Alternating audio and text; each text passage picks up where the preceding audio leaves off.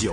Le 3-2-1. C'est un service d'information à la demande qui met à votre disposition des informations utiles sur l'agriculture, la météo, la santé, la microfinance, le foncier, le développement et bien d'autres contenus d'intérêt général auxquels vous pouvez accéder par appel téléphonique uniquement à partir d'un numéro Orange.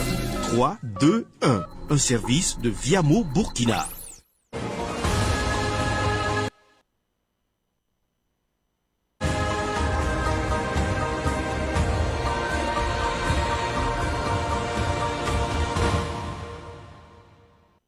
Fidèles téléspectateurs de Savane TV, bonjour et bienvenue à ce flash d'information.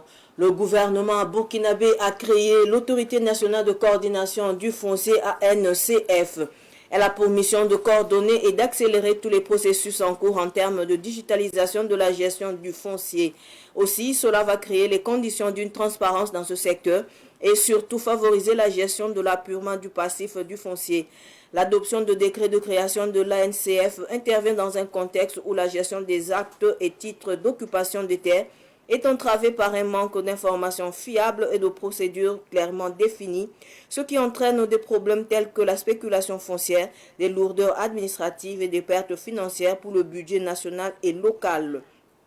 Il ressort également du Conseil des ministres que l'État a adopté un décret qui précise les conditions de dénonciation des faits de corruption dans les administrations et les récompenses pour les dénonciateurs visant à renforcer la lutte contre ce fléau persistant malgré les mécanismes existants.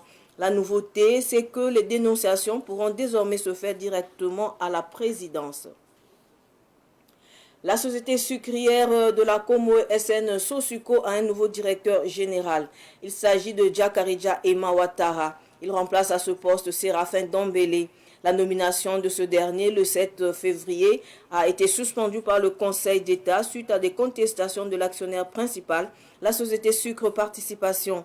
En effet, dans une ordonnance de référé suspension, le Conseil d'État a empêché l'État burkinabé d'accomplir tout acte tendant à donner effet à la dite nomination.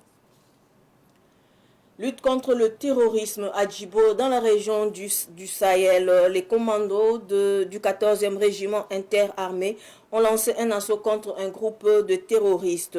Grâce aux frappes aériennes, les FDS ont neutralisé plusieurs terroristes. L'intervention a également permis de récupérer du matériel de guerre. Ce flash info est terminé. Merci de l'avoir suivi. L'info continue sur Savane TV. Au revoir.